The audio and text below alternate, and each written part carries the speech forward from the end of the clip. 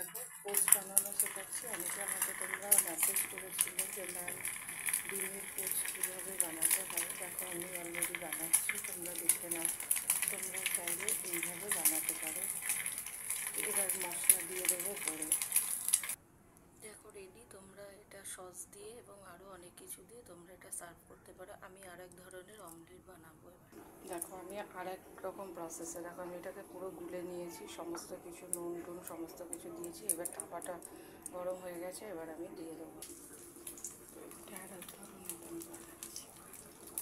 দেখো আমি এবার আর এক রকম বানাবো, যেটা তোমরা করতে পারো যে এটা দেখো গুলে নিয়েছি, এখানে কিছু দিইনি।